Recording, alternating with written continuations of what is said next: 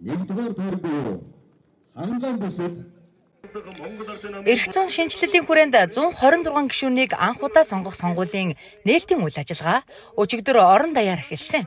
Монгол улсын улсын их хурлын сонгуулийн 1-р тойрогт Монгол Ардын намаас нэр дэвшигчид нээлтийн үйл ажиллагаагаа ханган бүс болох Өвөр хангай, Ар хангай, Баян хонгор аймагуудад амжилттай зохион байгуулсан бөгөөд Өвөр хангай аймгийн төв Арвахир хотноо 15 цагт нээлтийн үйл ажиллагаагаа эхлүүлж хийж хэрэгжүүлсэн ажил болон парламентын эрх зүйн шинжилгээний хүрээнд хийгдсэн хуулийн өөрчлөлт цаашид бүсчилсэн хөгжлийн хүрээнд хийгдэх ажлуудыг танилцууллаа. Нээлтийн арга хэмжээний үеэр нутгийн иргэд аймгаа төлөөлөн төрд ажиллаж буй нэр дэвшигчдээ дараах байдлаар дүгнэж байсан юм а.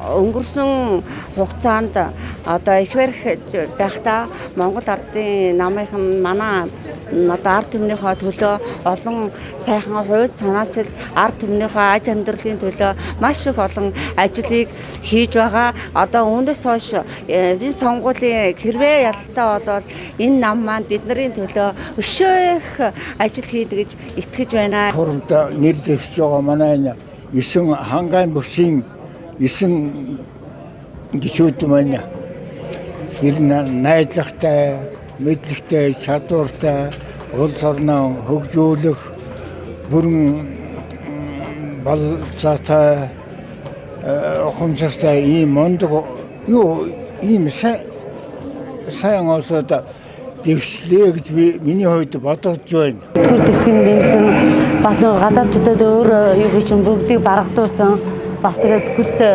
нэгэн сайн ажиллаж гин гэж одоо бүх намайг хүмүүсийг дэмжин гэж бодож энэ юунд оролцож байна нээлтэндээ.